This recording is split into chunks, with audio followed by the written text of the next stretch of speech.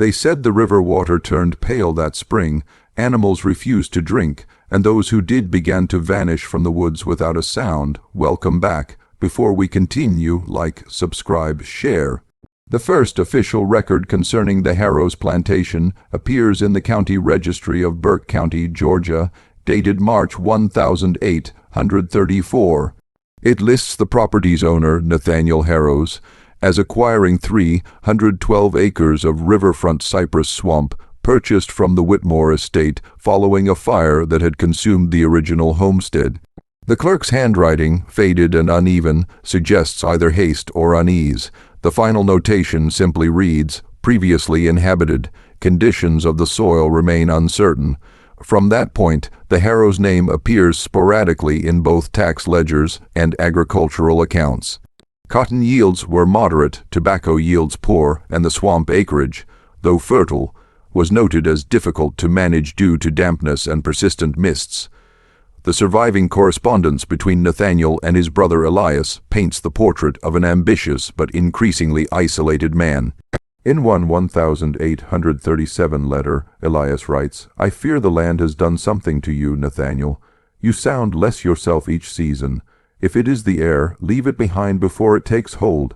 By the early 1840s, the Harrows Plantation employed 12 white overseers and a population of over 200 enslaved people. Reports from travelers along the Savannah Road describe the property as peculiar in its stillness, with workers moving in an unnerving, quiet order as if rehearsed. Local rumor claimed that Nathaniel's father, who had practiced medicine before the Revolution, had once used the swamp for anatomical studies. None could prove this, but in nearby Waynesboro, the plantation became known by another name whispered among the enslaved, the Pale Field. The earliest mention of the figure at the center of the later events comes from the Harrows inventory of 1851, Simon, male, age approximately 30, albinism noted, condition, strong, cooperative, trade skill, leatherwork. At first, Simon's presence was remarked upon by visitors as a curiosity. His skin was said to be white as candle wax, his hair colorless, his eyes an unsettling shade of pale blue that reflected light strangely. Children on the plantation were warned not to stare directly at him. The superstition held that he could see one's sins in reverse, as the devil sees them. Accounts differ on when Simon's demeanor began to change. Overseer logs from 1852 list multiple infractions of conduct, though none specify the nature of his offenses. Another report describes an incident in the tannery. Simon allegedly refused to work with animal hides that had not been washed in running water. He was beaten for insubordination, but continued to repeat the same phrase each morning afterward. The rot starts in still water. By autumn of that year, rumors of illness began to spread through the enslaved quarters. Skin lesions, fever, a white mold that formed on damp surfaces. Nathaniel's nephew, Dr. Everett Harrows, newly arrived from Charleston, attempted to treat the afflicted but wrote in his journal, "This is not an ordinary sickness. The flesh discolors before death, pale, not gray, and it leaves behind no odor of decay." That same winter, the plantation's church bell cracked during a service. The local blacksmith, brought to repair it, refused to stay the night. In his statement, he claimed to have seen something pale as driftwood moving along the tree line, moving wrong. By February 1853, the first recorded disappearances occurred. 2 field hands were said to have fled into the swamps. Their bodies were never recovered. A third man was found near the edge of the Cypress Grove, his skin drained of color as if soaked in lye. Nathaniel blamed fever and ordered the burial at night without sermon. But Dr. Everett's notes tell another story. The tissue was stiff, preserved, almost as though treated with tannic acid. When Simon's name reappeared in the work logs the next month, the entries grew inconsistent, hours marked but duties left blank. Several witnesses described him standing motionless at the edge of the tannery at dusk, staring toward the swamp. Children claimed he spoke softly to himself in an unfamiliar tongue. When questioned by Overseer Henry Wraith, Simon reportedly said only, "They're waiting for me where the trees drink blood." The phrase would become infamous in Burke County for generations. After that, tension escalated daily. Overseers began carrying pistols even within the main yard. Nathaniel's letters to his brother ceased entirely after April. Though one undelivered draft survives, it has begun again. The noise beneath the floorboards. Everett says it's nothing but air, but I have seen the marks in the wood, small as fingernails yet deep. By midsummer, one overseer vanished while inspecting the lower fields.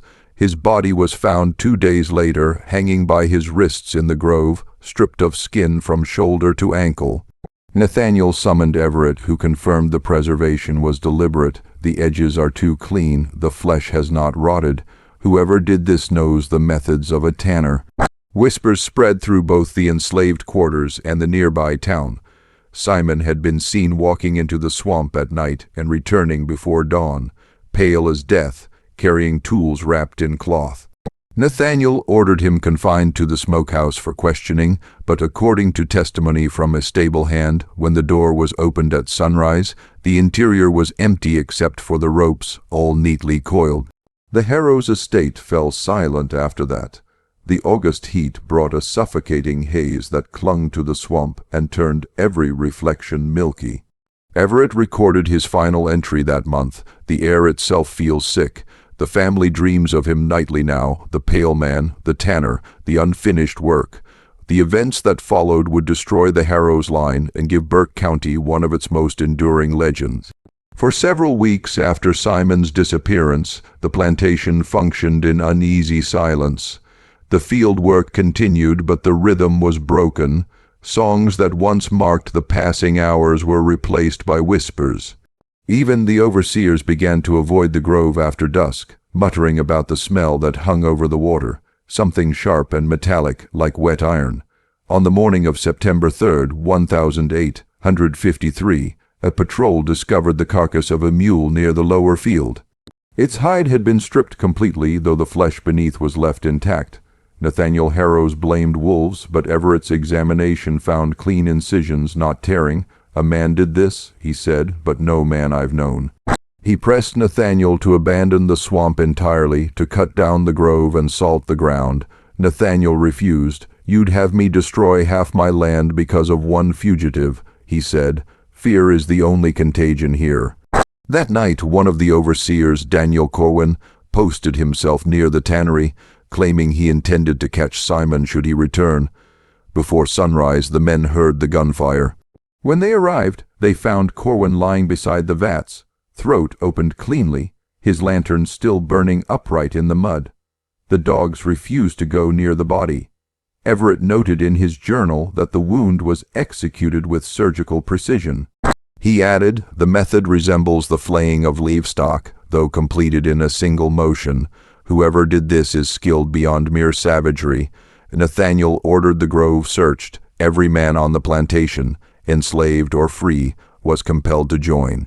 They found only remnants of rope, fragments of tanned leather hanging from branches like offerings. One overseer swore he saw faces within the bark, pale outlines pressing from beneath the wood. But when others looked, they saw only the natural knots of the trees. By mid-September, 2 more overseers vanished. Their cabins stood open, beds unmade, lamps burned down to nothing. No one had seen them leave, yet each man's keys were found nailed to his own doorframe.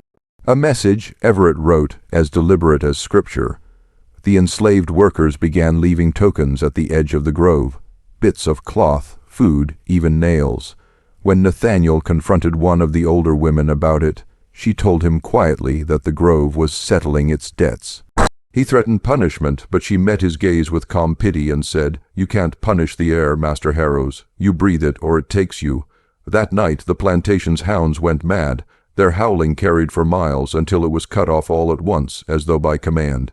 In the morning the kennels were empty. Blood trailed toward the swamp, but no bodies were ever recovered. The silence that followed was worse than any noise. Everett, once skeptical, began spending his nights in study of older texts. He requested books on embalming, on preservation, on the methods of early tanners. his marginal notes grew increasingly frantic. One passage in particular is circled twice. In certain conditions, the boundary between preservation and animation dissolves. The treated flesh, if maintained in moisture, resists decay beyond natural law. Meanwhile, Nathaniel's behavior deteriorated. Servants reported hearing him pacing the halls, muttering the same question again and again. Where does it end? On the 21st of September, he gathered the remaining overseers and demanded a final expedition into the grove. They set out before dawn, armed and silent, 10 men in total. Only 2 returned. Their account was fragmented, barely coherent through shock. They claimed that the swamp had shifted, that the familiar paths no longer led where they should. Lanterns failed one by one, and in the flickering light they saw figures hanging that weren't there before. One man swore he saw his own likeness suspended among them, pale and dripping, eyes open. They fled, leaving the rest behind. The following day, the plantation's workers refused to enter the fields. Nathaniel threatened to whip them all, but no one obeyed. Even the overseers would not step beyond the yard. In desperation, he rode alone toward the grove, ignoring Everett's pleas. He did not return that night. When Everett followed the next morning, he found Nathaniel's horse wandering near the edge of the swamp, saddle stained dark. Farther in, near a ring of cypress, he discovered what remained of his brother, the body seated upright against a tree, the face skinned clean away. In the cavity where the skin should have been, someone had pinned a strip of parchment bearing a single word, restored. Everett burned the parchment before the others could read it. He told the men that his brother had been attacked by panthers and forbade any further search. But that evening, from the veranda, he saw movement at the tree line, a pale figure, shirtless, watching the house. When he blinked, it was gone. The remaining overseers fled within days, taking what little coin they could carry. The plantation drifted into paralysis. Work ceased entirely. Everett stayed only long enough to bury Nathaniel in the family plot, then departed for Savannah to petition for help. His final diary entry before leaving reads, "I no longer trust the distinction between the living and the preserved. The line is too thin and the swamp too patient." After his departure, the plantation's enslaved population began to move freely between the quarters and the swamp. No overseers remained to stop them. Witnesses from neighboring farms later claimed to have seen fires deep within the cypress, heard chanting that was not in English. One reported that he saw skins drying on frames, as though the grove had become its own workshop of the dead. When federal officers finally arrived weeks later, they found the main house nearly empty. Only one boy remained, half mad from fear. He told them the others had followed Simon home. He refused to say what that meant. The soldiers searched the grove but could not bring themselves to enter the clearing. They described a stench like wet hide, and the faint sound of dripping water though there was no rain. By autumn's end, the Harrow's plantation was abandoned. Travelers passing the area wrote of hearing footsteps in the mist and of a voice, calm and near, asking, "Do you remember their names?" The land was sold in 1854 for almost nothing. No one ever lived there again. Savannah, November 1853. Dr. Everett Harrows arrived half, delirious, pale as parchment, carrying only a small trunk and a stack of damp journals bound in oilcloth.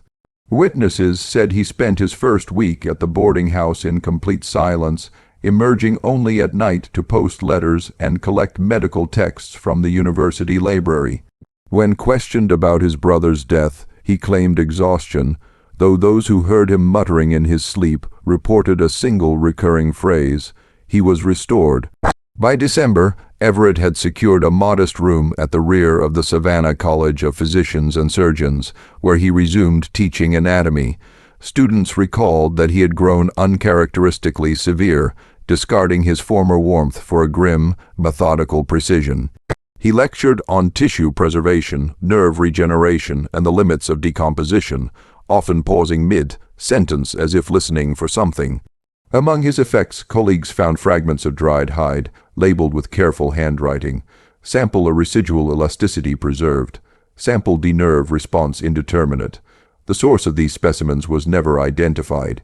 One surviving student, Robert Ashcroft, later wrote in his own memoir that Everett's demonstrations had crossed into ritual rather than science. He described the professor applying tannins and lime solutions to pieces of flesh while reciting lines from the Old Testament, chiefly from Job and Ecclesiastes, speaking of what the flesh owes the spirit. During one such session, Ashcroft noted a peculiar occurrence. The specimen on Everett's table began to contract faintly, though there was no electrical current applied. Everett dismissed it as moisture reacting to the air, yet he appeared shaken, his hands trembling as he covered the tissue with cloth. Rumors spread quickly. Some said he had brought something from the plantation, an object, or perhaps a preserved organ sealed within glass. His assistant claimed that Everett forbade anyone from touching the trunk he kept locked beneath his desk. At night, when the halls were empty, a low humming could be heard from his room. In January 1854, a student named Henry Coyle vanished after breaking into Everett's study on a dare. The watchman found the door ajar, the lamp still burning, but no trace of Coyle. On the desk lay an open notebook, its last page containing a single line written in Everett's hand, "The skin remembers more than we grant it." Coyle was never found. The college dean, alarmed by the growing suspicion, placed Everett on leave and requested that he vacate his quarters. He agreed without protest, but asked permission to continue his private research. The dean refused. That evening, Everett departed Savannah without farewell, taking only his journals and that locked trunk. His movements afterward were uncertain. Some believed he returned to the plantation. Others said he boarded a northbound train.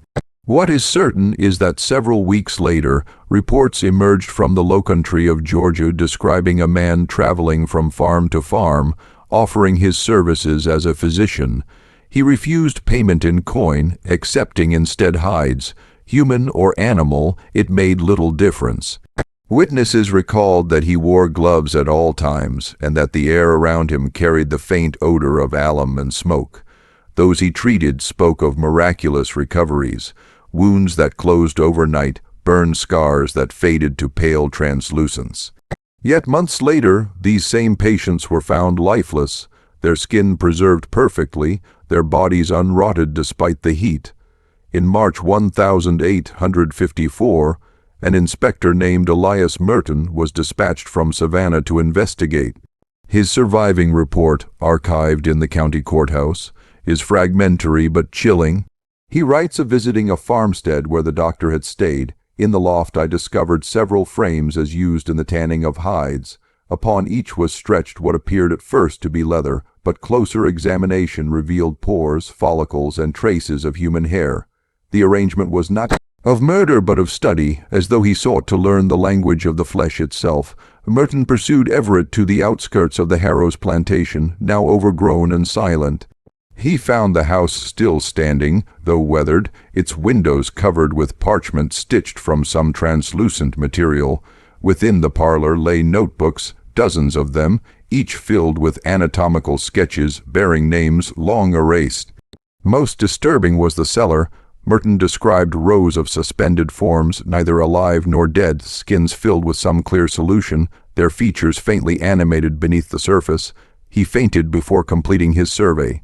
When he awoke, the cellar was empty, as if the things he had seen had been removed or dissolved back into the walls. The sheriff who accompanied Merton refused to return. His last recorded statement, "There was breathing where there should not have been."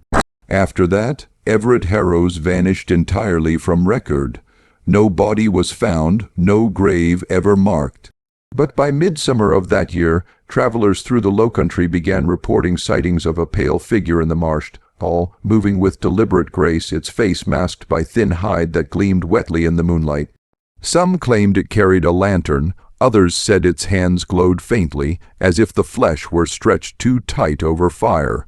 Local superstition grew fast. They called it the Skinner, though older folk still used another name, Dr. Whitehands. By 1860, entire settlements near the Harrows land had been abandoned. Livestock were found drained of fluid, but otherwise untouched. Strips of cured leather hung from trees like warnings. One itinerant preacher who passed through the area in 1062 wrote, "There is a sickness in that soil.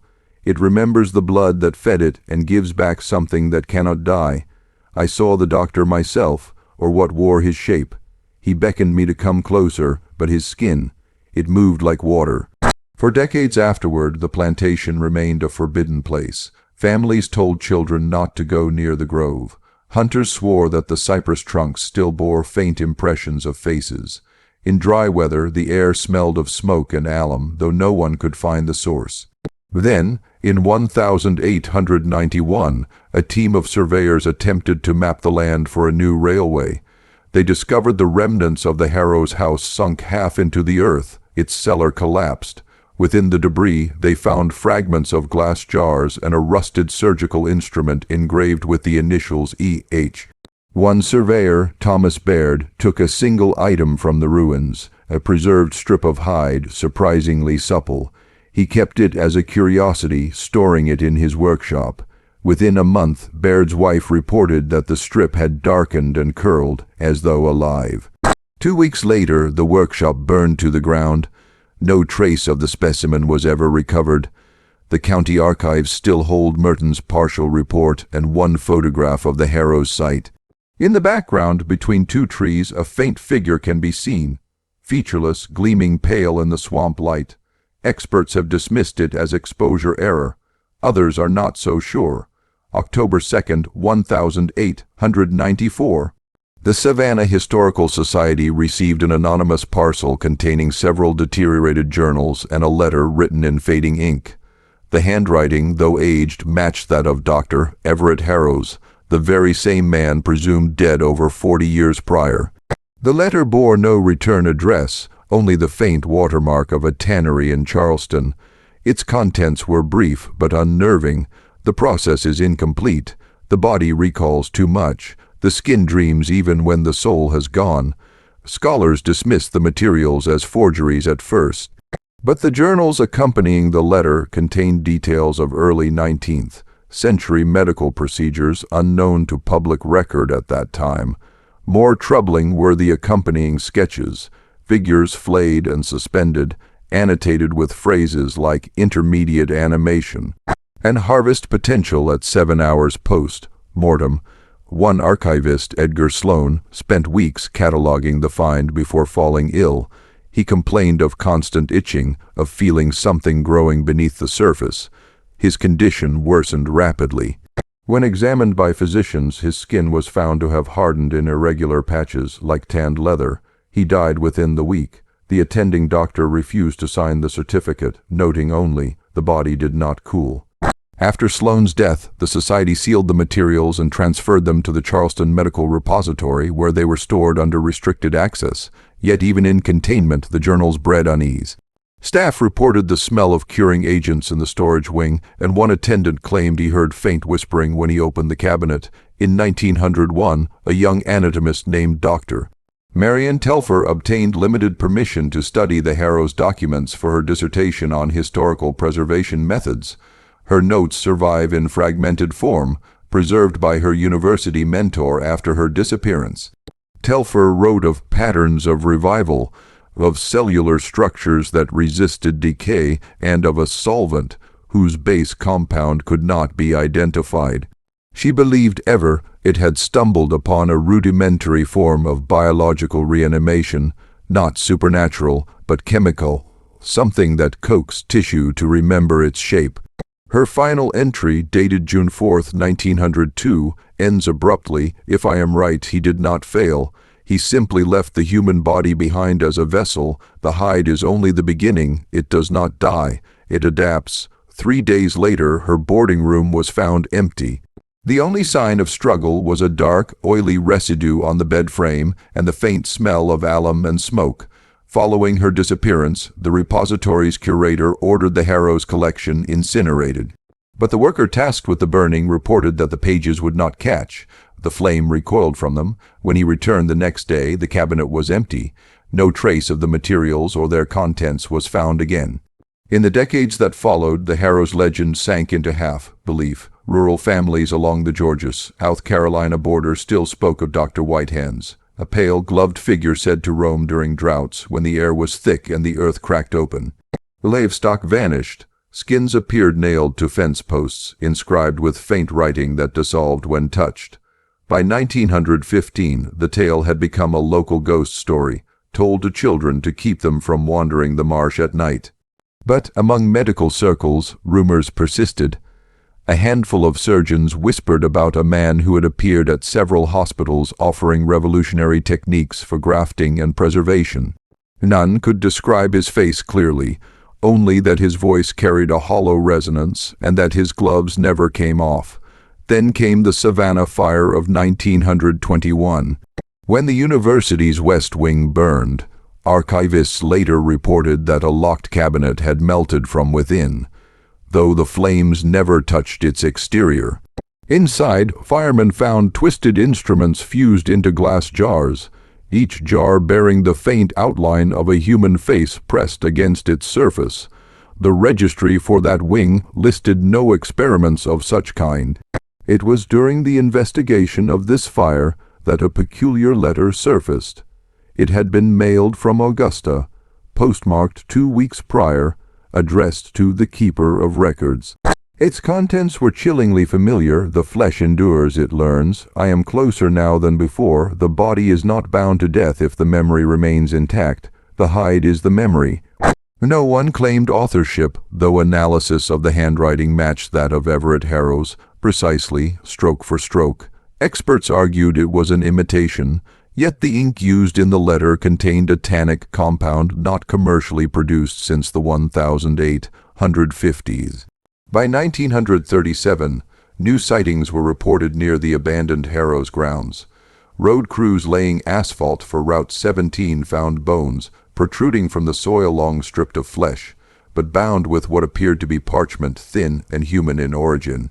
When unearthed, the material crumbled to powder. The men who handled it developed rashes that did not heal. One of them, Joseph Calder, recorded in his diary that he dreamed nightly of a pale doctor, leaning over him, whispering, "You wear me now." Within months, Calder's skin began to peel in symmetrical strips, revealing tissue beneath that was unnaturally smooth, almost reflective. He was admitted to an asylum in Beaufort and died there without speaking another word. After that, the state sealed the property permanently. The Harrow's plantation was declared unsafe, the grove fenced off.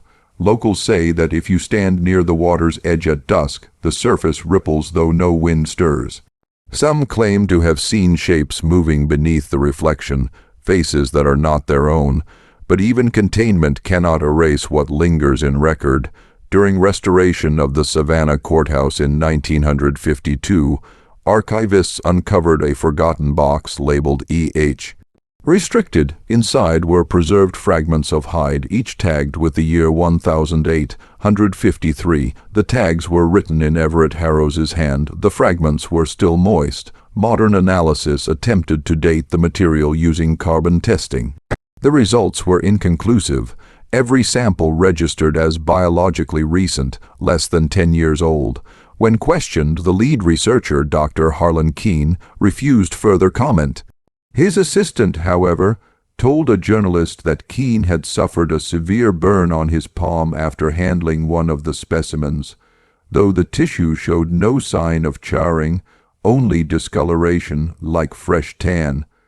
Keene resigned the following week and disappeared en route to Charleston. His car was found abandoned by the roadside, driver's door open, the steering wheel slick with an oily residue. It has now been more than a century since Everett Harrow's vanished, yet the soil where his house once stood still bleeds after heavy rain. Farmers who clear land nearby say their tools dull faster, as if striking against something soft and resistant beneath the earth. Those who dig deeper find nothing, only the faint scent of alum and smoke.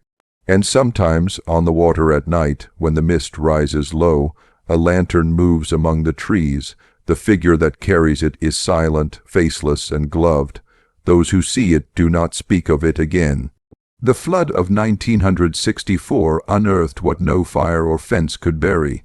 When the Ogeechee River overflowed its banks after weeks of relentless rain, the water carved through forgotten soil, exposing layers of ruin beneath the former Harrow's property. Volunteers from the National Guard found fragments of brick foundations, rusted tools, and something that should not have endured. At first, they thought it was a piece of parchment snagged on a cypress root. But when one of them pulled it free, the paper flexed like skin, thick and damp, veins faintly visible beneath the surface. It was folded around something small, a book bound in hide that was warm to the touch. They sealed it in plastic and delivered it to the county coroner's office. By the time the package arrived, the inside of the plastic bag had clouded with condensation. The coroner, Dr. Elise Moran, described the smell as a mix of iron and smoke, like rain hitting an old tannery. The cover bore no title, but when she opened it, the pages inside appeared written in two different inks, one dark and clean, the other brown and nearly absorbed into the fibers of the page. The clean ink was modern, the older one had bled outward like blood on cloth. The first entry was dated March 1854, and the handwriting matched perfectly with Everett Harrow's early journals, but the later editions, those in darker ink, were dated 1961. Whoever had written them described a figure that came to them in dreams, a man without color or name, who whispered formulas for preservation. The writer spoke of skin that could remember touch, of flesh that could return to the last moment before pain. They claimed the figure had taught them to bind memory to hide, to keep life inside the surface. The notebook was sent to the Georgia Bureau of Investigation for forensic analysis. The results were inconclusive. The ink composition was ancient, yet the handwriting style modern. The parchment binding was of human origin, a fact quietly omitted from the official report. Within a month of the discovery, Dr. Moran vanished from her home. Her car was found idling near the same flooded grove, headlights still on. The seat was empty. In the passenger floor well was a single medical glove, turned inside out and stained with a dark brown residue that smelled faintly of alum. In 1978, a journalist named Henry Collier began researching the Harrow's legend for an article in Southern Shadows magazine. Collier was known for exposing local myths as frauds, and he approached the story with cynical detachment. But his tone changed midway through his notes. The first half of his work contained confident prose, local superstition, rooted in Reconstruction-era trauma. The so-called Pale Doctor is an allegory for guilt and decay.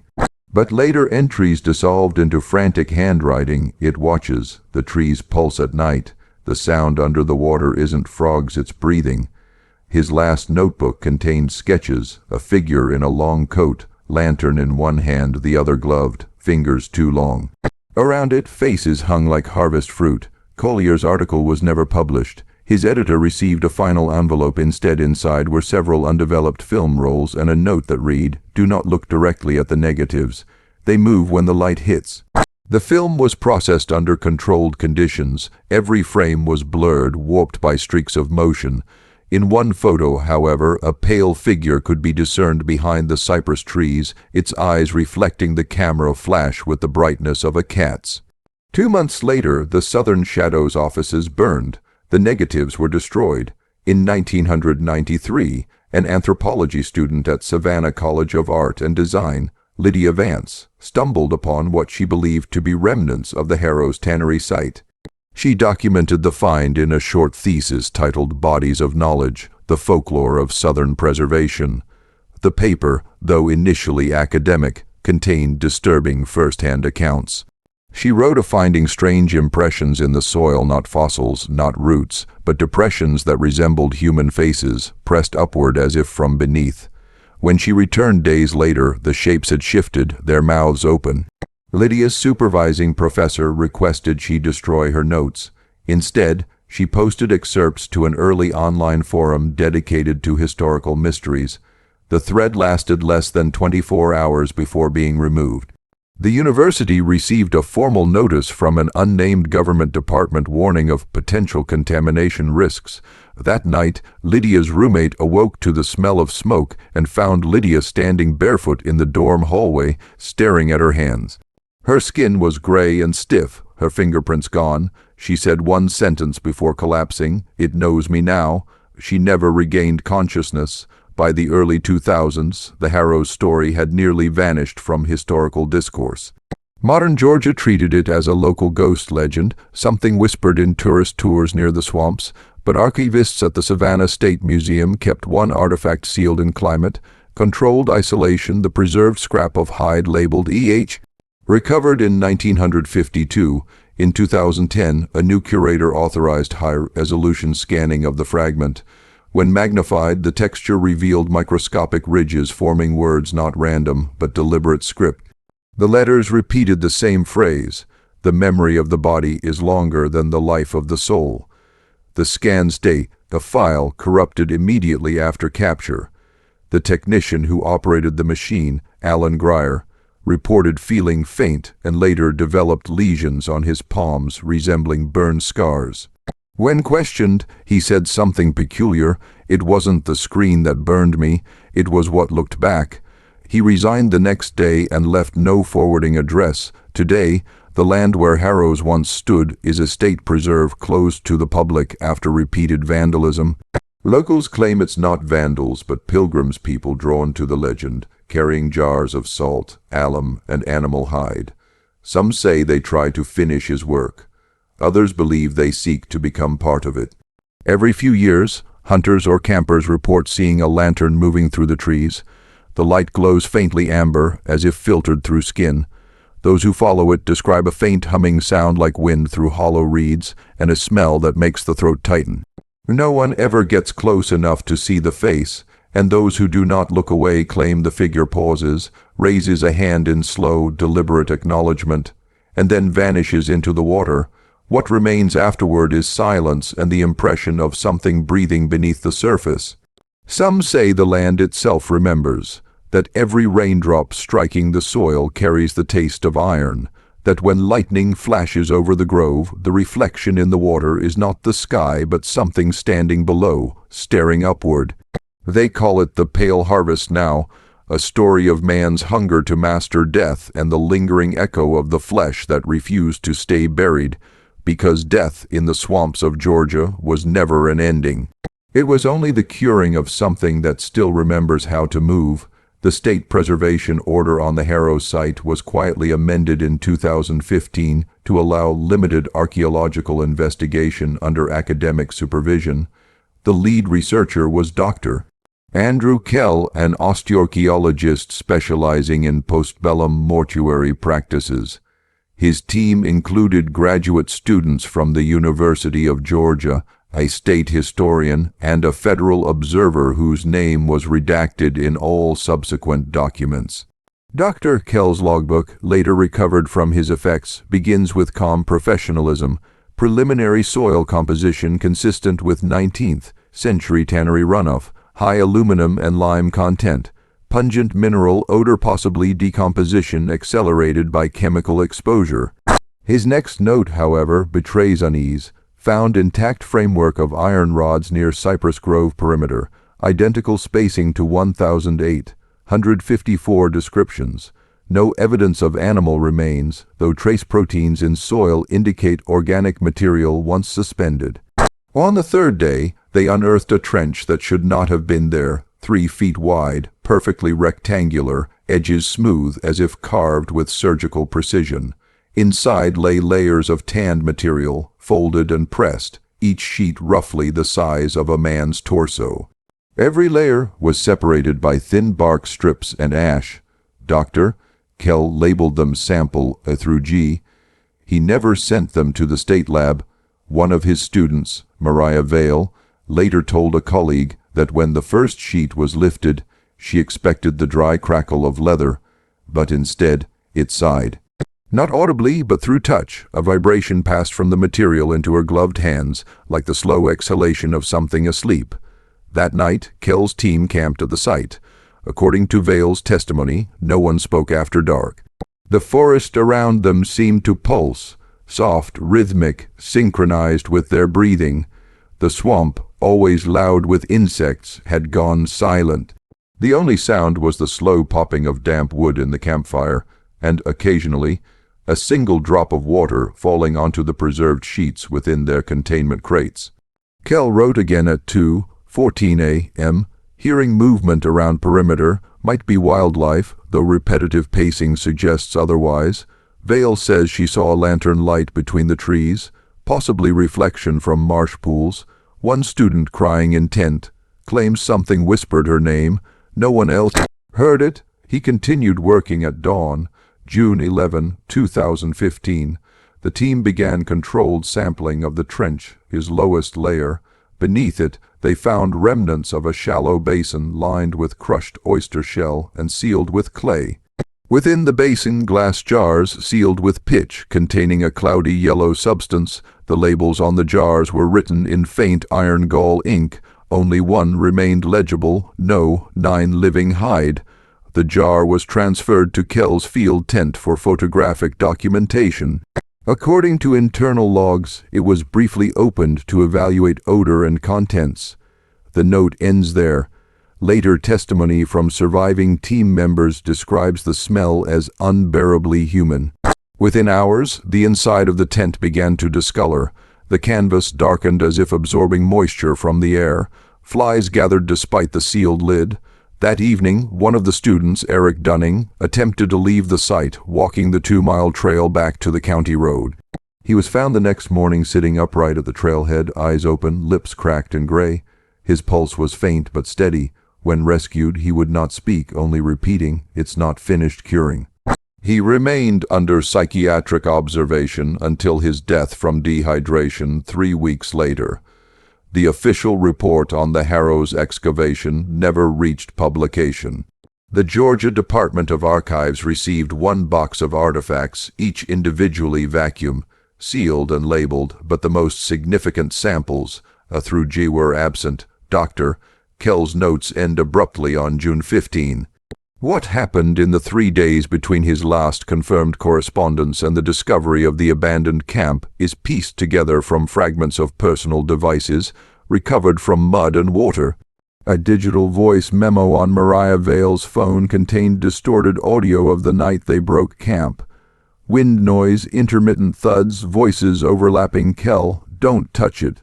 Vale, "Don't, Vale, it's breathing." Metal scrape, then silence for 23 seconds. Unknown male, possibly Kell. If it's memory, it remembers pain. Don't let it. Loud, wet sound, like tearing fabric. Vale, Dr. Kell.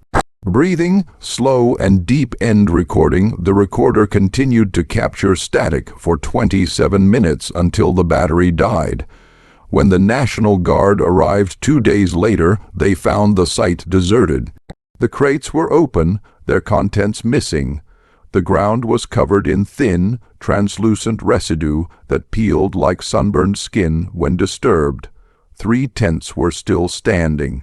Inside Kell's, they found his jacket folded neatly beside his cot, and beneath it, a notebook open to a single phrase written repeatedly across 2 pages. "It has learned the shape of the hand." For a time, state officials suppressed further inquiry. The Harrow's preserve was sealed again, fenced with razor wire and signs warning of toxic chemical exposure, but local hunters still trespassed. In 2018, one such hunter, Dean Harlan, recorded a video on his phone at the grove's edge. He posted it online before vanishing 2 days later. In the footage, a pale light flickers through the cypress. The camera shakes as he whispers, "There's something hanging. Looks like fabric. No wind, but it's moving." He steps closer. The light intensifies. Something glistens, not fabric but flesh, suspended and rippling as though submerged in invisible water. Beneath it, a figure kneels, hands pressed flat against the soil. Then the video cuts abruptly, replaced by a single frame of static resembling a face stretched too wide. Authorities declared the video a hoax and removed it from public access, but mirrors of the file circulate in dark archives and anonymous channels. Viewers who claim to have watched it in full describe hearing a faint second voice whisper over Harlan's, "It remembers you." By 2020, the Harrow's case was no longer considered historical but biological. The CDC quietly listed the area under containment observation, classifying it as a potential vector for biogenic dermal replication. The terminology concealed more than it explained. One internal memo leaked the following line before being scrubbed from servers: exposure results in epidermal pattern mimicry. Localized tissue begins reflecting the form and memory of previously preserved material. Temporal distortion observed in cell decay rate. Conscious recognition possible. They never said alive, but they also never said dead. The last recorded visit to the grove occurred in April 2021, when 2 federal contractors entered under hazmat supervision. They transmitted regular biometric readings until 03:47 a.m., when both signals flatlined simultaneously. The last data packet they sent was a thermal image. It showed 2 human silhouettes, standing motionless, facing the camera from inside the grove. Both lacked any visible skin. Extract from the Consolidated Report of the Centers for Biomedical Preservation (CBP), Section 8, a Harrow's Sample Retrieval, 2022. The material recovered from the Harrow's Grove presents a typical protein folding, indistinguishable from human dermal matrices, yet lacking genomic stability. Under low oxygen conditions, fibers exhibit autonomous reconstitution and intermittent motility. Further handling prohibited without tri-shield containment. That was the first official statement acknowledging the existence of the Harrow's specimens. It would also be the last release to the public. Behind sealed corridors in Atlanta's Building C4, Dr. Simon Elridge, biochemist and pathologist, led the private continuation of Kell's unfinished work. The remaining field samples, those mislabeled AG, had resurfaced, anonymously mailed to a federal lockbox in late 2021, wrapped in wax paper and linen. Inside the wrappings, 7 sheets of what resembled pale, pressed leather. Only upon hydration did the tissue reveal microcapillary movement, suggesting that it was, at least in part, living. Dr. Elridge's first progress entry, Jan. 14, 2022, begins clinically enough. Rehydration triggered measurable electrical potentials across tissue, likely remnant bioelectricity, though sustained far beyond any expected postmortem window. Microscopic structures align when exposed to human warmth. Pattern formation resembles fingerprint whorls. 3 days later, fingerprints forming across surface, multiple sets overlapping, impossible configuration. Each ridge unique but layered, suggests memory of touch itself. The samples began responding to proximity, particularly to the presence of exposed skin. Instruments recorded minor temperature fluctuations in the air, synchronous with the operator's pulse. By January 22, the phenomenon was undeniable. Dr. Elridge's notes turned erratic, oscillating between laboratory precision and what reads like confession. The thing knows me. When I stand close, it ripples, as if calling for recognition. There is no smell of decay. It breathes through pores invisible to light. Attempted incineration failed. Flame refused adhesion. Heat absorbed, transmuted into movement. The skin expands as though inhaling fire. By February 2022, containment had failed twice. During the second breach, an intern named Lara Finch entered the cold room after alarms indicated organic stress events. Security footage shows her stopping at the containment table. One of the specimens had detached itself from the support grid, draped over the table's edge like heavy cloth. Finch reached forward, touching it with her bare hand. The footage distorts, then freezes. When it resumes, she is gone. Only her lab badge remains on the floor, smeared with translucent residue that fluoresced faintly under ultraviolet light. Forensic scans confirmed that her genetic material was not missing, only redistributed. Every surface of the specimen now contained fragments of her DNA. Elridge wrote, "It assimilates memory through contact. It does not devour, it learns. What is memory but a repetition of touch? The Harrows were not artisans. They were archivists." By March, multiple agencies were aware of the problem, but none accepted jurisdiction. The entity, now labeled Dermal Continuum H9, was transferred to an underground annex near Roanoke, Virginia, where atmospheric conditions were supposedly less reactive. That facility no longer exists in any official record. Still, fragments of their internal correspondence survive in an anonymous whistleblower's cache. Subject: Containment Report 0 for Roanoke. Date: March 19, 2022. Expansion beyond cryo. Field perimeter. Surface demonstrates rudimentary mimicry of human expression, specifically grief responses. No external stimuli present. Personnel refusing to enter observation room. Specimen now 6 meters in length. Vein, like channels visible across interior surface, pulsing irregularly. Addendum: Dr. Elridge missing, last seen carrying thermal case into chamber. Power fluctuations at 02:47. When systems restored, chamber was empty. Residue matches his genetic signature. The next day, all documentation ceased. A month later, nearby residents began reporting fog leaks from the ground, thin milk-colored vapors seeping from fissures at dawn. Touching the mist caused faint reddening of the skin, followed by peeling in geometric patterns resembling fingerprints not one's own. Local medical centers dismissed the phenomenon as allergic dermatitis. However, dermatopathologists noticed something stranger. Beneath the peeled layers, new epidermis grew faster, softer, smoother, as if copied from a different person's skin. By April 2022, 6 patients across 3 counties exhibited the same anomaly. One described waking in the night to find her reflection blinking several seconds out of sync. Another said his scars had vanished, but when he touched his arm, he could still feel them, as though remembered beneath the surface. The phenomenon spread quietly, mostly in rural corridors of Virginia and North Carolina, following groundwater routes mapped directly above the old Roanoke Annex. The CDC called it localized soil vector dermatitis. Locals called it the second skin. One recovered case file, dated May 2, 2022, contains a series of photos too degraded to analyze fully. But one image shows a basement wall coated in something that gleams wetly under flashlight. Handprints press outward from within, distorting plaster. The caption below reads, Specimen H9 Migration Event, Surface Memory Reconstituting. A marginal note, scrawled in graphite. Each handprint corresponds to someone gone missing in the last 48 hours. Later that month, one of Dr.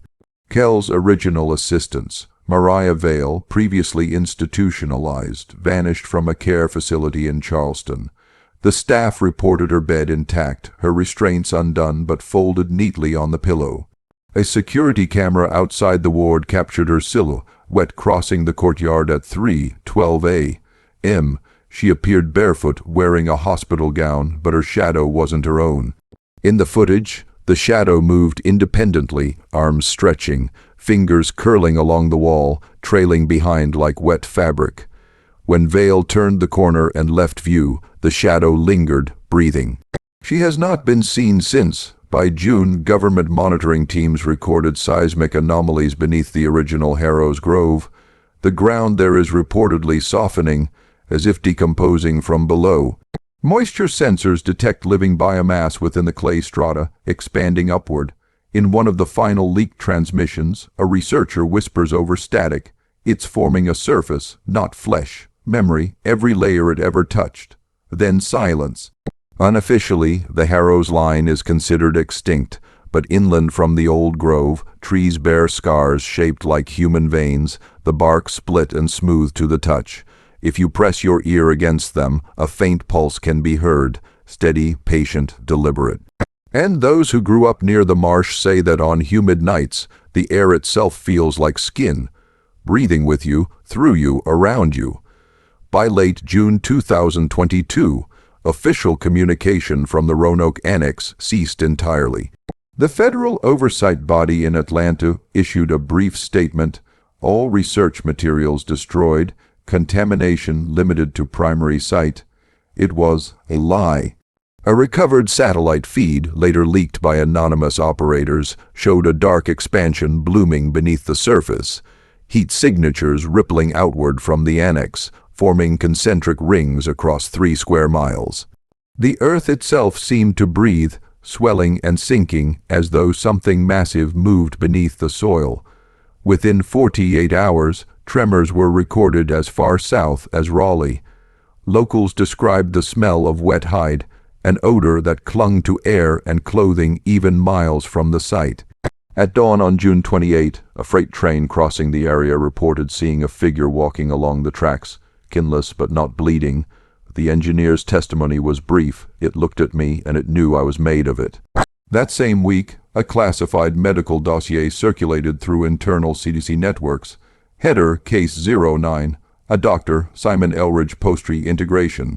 The document, though heavily redacted, contains clinical photographs and handwritten annotations suggesting that Elridge, previously presumed dead, had somehow reappeared near the annex perimeter.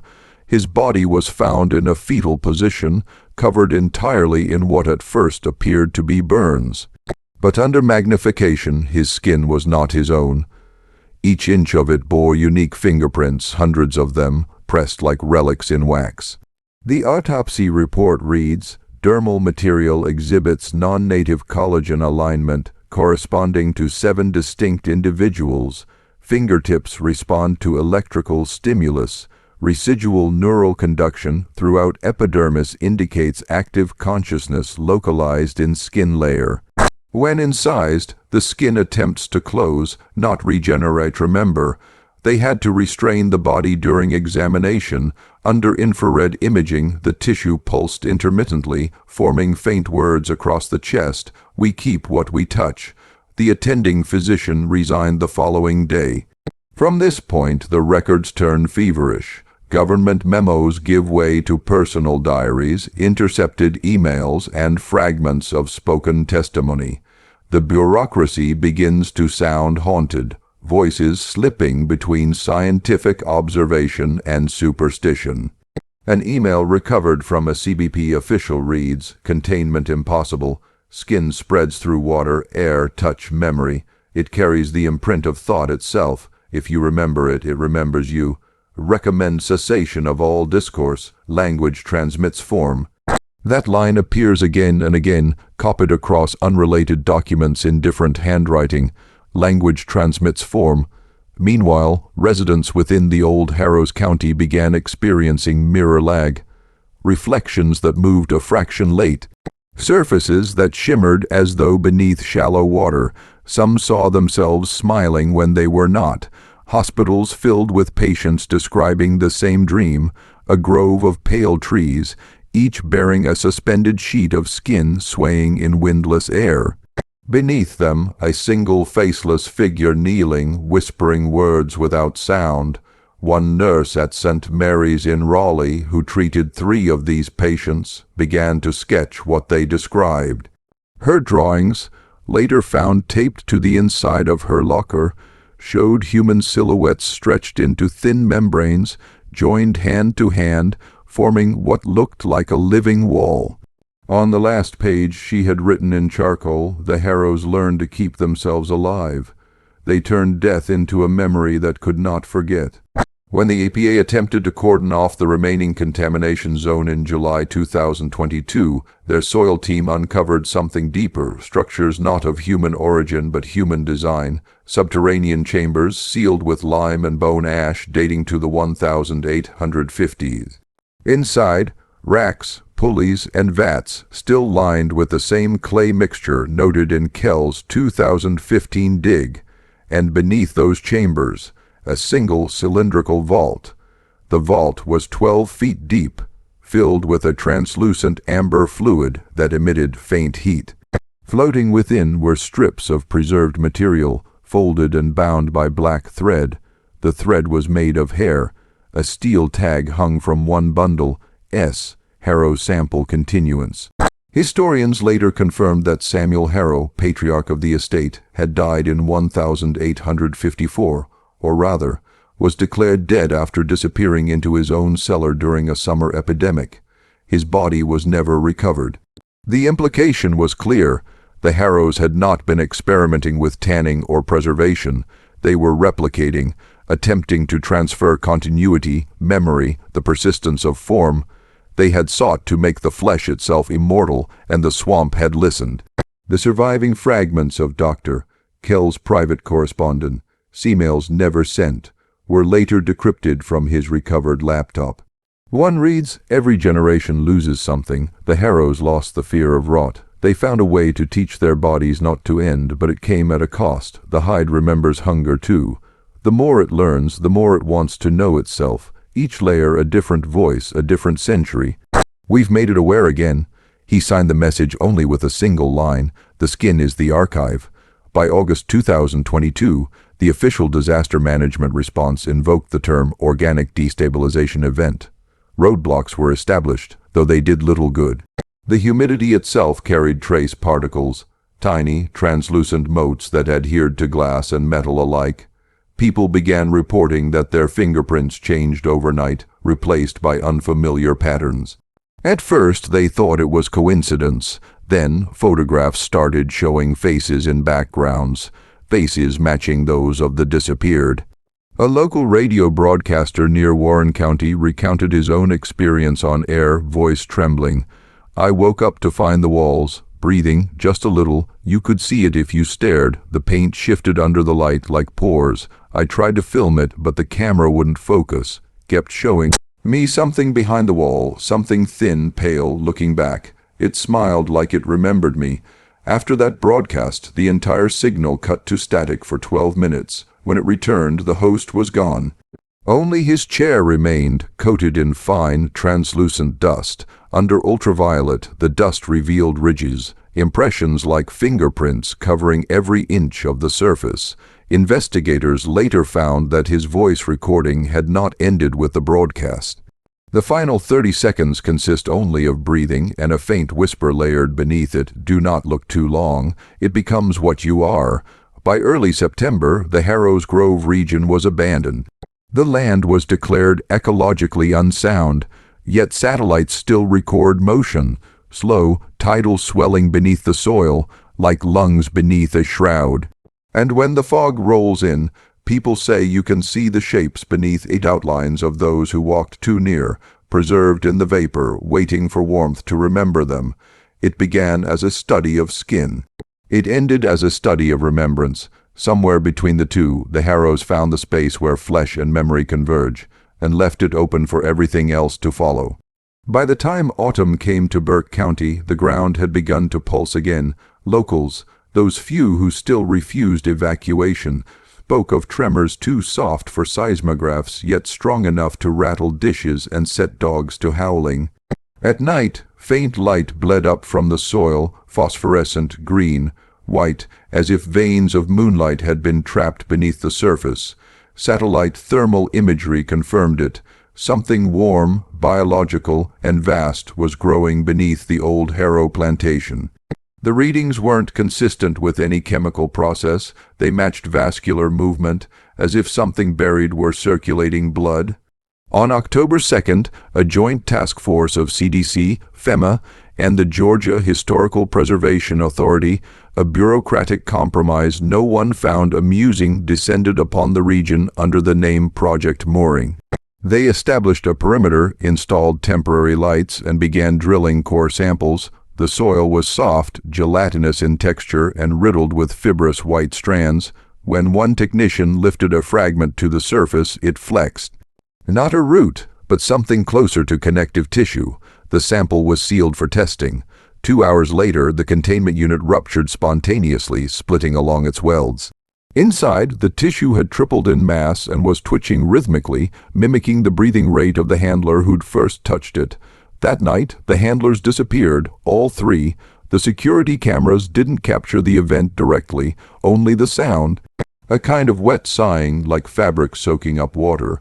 When investigators reviewed the footage frame by frame, they found 3 faint silhouettes on the tent wall, like shadows pressed from the outside, and then nothing. By morning, the tent itself was empty but damp, the floor filmed with a thin, translucent residue. In it, technicians found imprints of human faces, eyes closed as if dreaming. Amid the chaos, Dr. Lillian Noakes, a surviving anthropologist from the original Kell expedition, arrived uninvited. She brought a small steel case containing an object wrapped in oiled canvas. "I think this belongs to him," she said, though no one asked who him referred to. She unwrapped it in silence, an old flayed square of hide, carefully cured, edges stitched with thread of dark hair. On it were symbols, not letters, not numbers, but impressions, patterns like the fine whorls of fingerprints arranged in spirals. The harrows weren't just preserving skin, she said, they were trying to write with it. Each fingerprint was a syllable, they built a language out of touch. The case was sealed again, but its presence changed the air. Every person in that tent later reported the same sensation, as if their own skin didn't fit anymore, like it belonged to someone else. 2 nights later, the generators failed. In the dark, the grove glowed faintly, hundreds of suspended shapes visible between the trees. At first, they were mistaken for tarps or fungal sheets. But under flashlight beams they shifted, revealing faint human outlines beneath thin membranes, as though the swamp had learned to sculpt itself in remembrance of what it had consumed. One soldier fired in panic. The round tore through one of the shapes. No blood, just a collapse like wet parchment. But the sound that followed was unmistakable, a breath drawn in pain, collective, echoing through the grove from every direction. Something beneath the earth exhaled. By dawn, the camp was in ruins. Most of the personnel had vanished. Those who remained were altered, skin translucent, veins visible, eyes white and reflective. Their fingerprints no longer matched any record. Under ultraviolet, they shimmered like film negatives of themselves. Dr. Noakes was found seated before the collapsed generator, whispering to the empty air. Her notebook lay open beside her. The final entry read, "The Grove remembers him, the pale one, the first that defied them. They called him Devil's White, but he was never theirs. He only learned the language too well." This is not contagion, it is remembrance. The swamp keeps what history forgets. When questioned later, before she lost speech entirely, she added one final line, "He's walking again. He's gathering what was taken from him." Surveillance drones later captured imagery that seemed to confirm her words, a single figure, pale and barefoot, moving through the mist at the grove's center. The figure left no shadow and no thermal trace, but the moisture on nearby leaves condensed as he passed, as though reacting to temperature far below freezing. When enhanced, the footage revealed details impossible to mistake. The figure's eyes glowed faintly, reflecting light like a cat's. His features were unfamiliar, but his expression ancient, calm, patient, and unspeakably sad. He stopped at the perimeter fence, lifted his hand, and pressed his palm to the metal. The camera feed stuttered, the image blurred, and the entire frame seemed to wrinkle like wet paper. When the system rebooted, the fence section was gone, cut clean, the metal edges sealed by heat from no discernible source. In the following weeks, nearby towns began to report strange discoveries. People waking with unfamiliar scars, small patches of discolored skin that pulsed faintly. When analyzed, the DNA was not theirs. It belonged to multiple individuals, all deceased for over a century. Hospitals started burning their linens. Barbershops closed. Touch itself became taboo. Everywhere, the same whispers spread. The pale man walks again.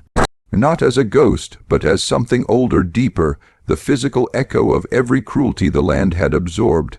The federal response collapsed within a month. Officially, Burke County was declared uninhabitable due to ground instability.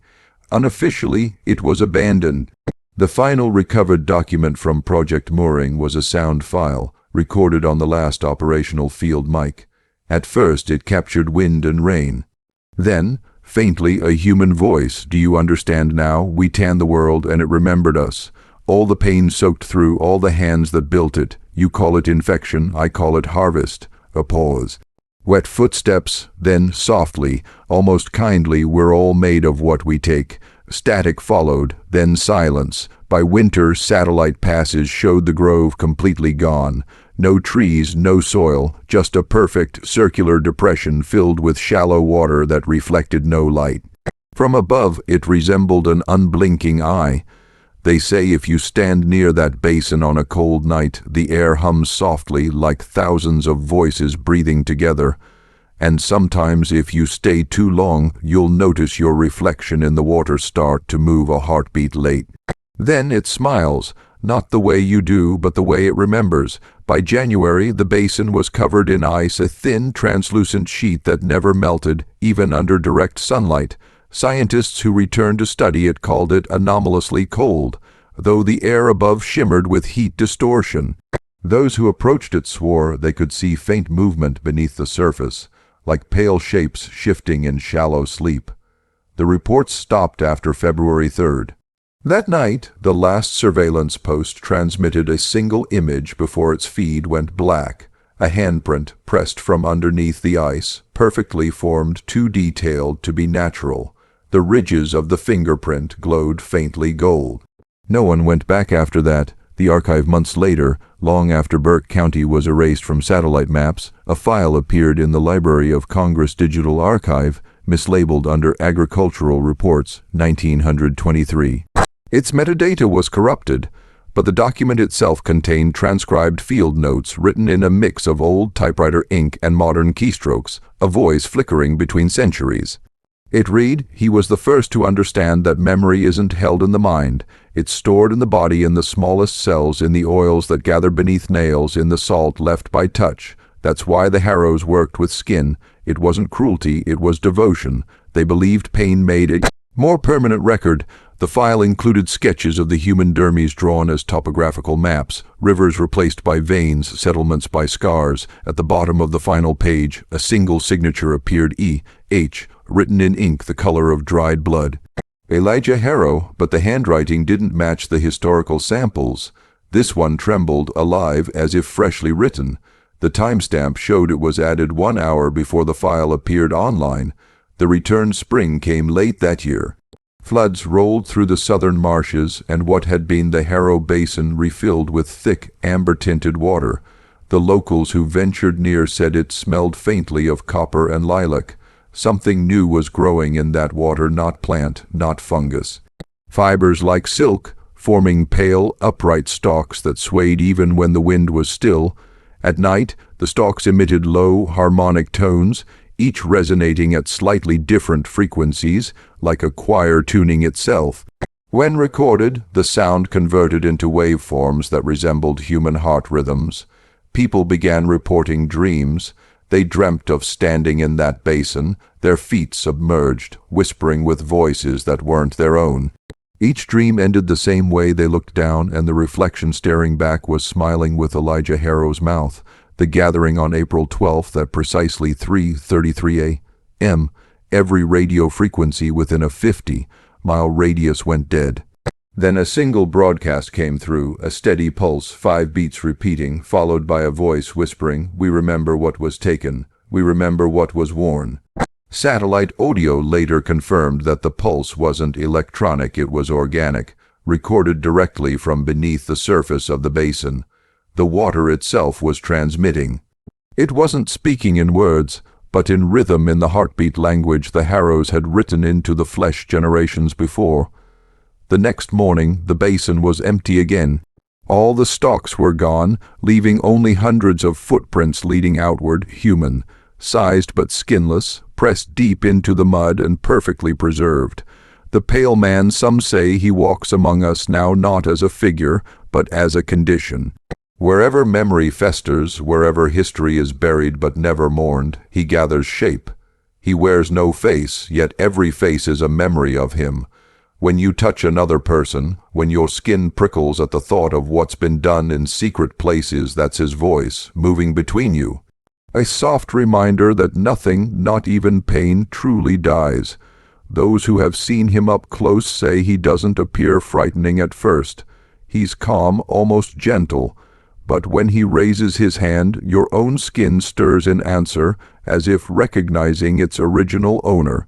He doesn't take you, one survivor said before vanishing herself. He collects the echoes of you.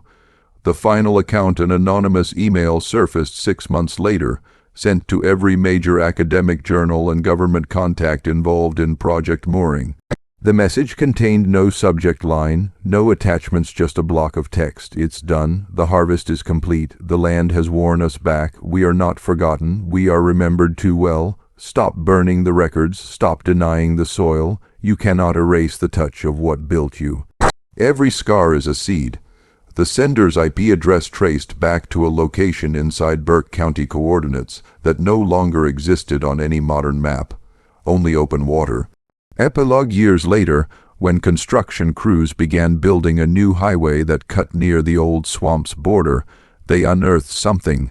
At first, it looked like bone, dozens of small, white, curved shapes woven together like coral. But when cleaned, they revealed fingerprints overlapping endlessly, a tapestry of human touch fossilized into the earth. The workers who found it refused to continue. Every one of them reported the same dream that night. They stood before the basin, the water perfectly still, and a figure emerged, pale, expressionless, eyes filled with the reflection of everyone who had ever looked upon him. He said nothing. He only placed his hand against the surface of the water, and so did they. The reflection smiled.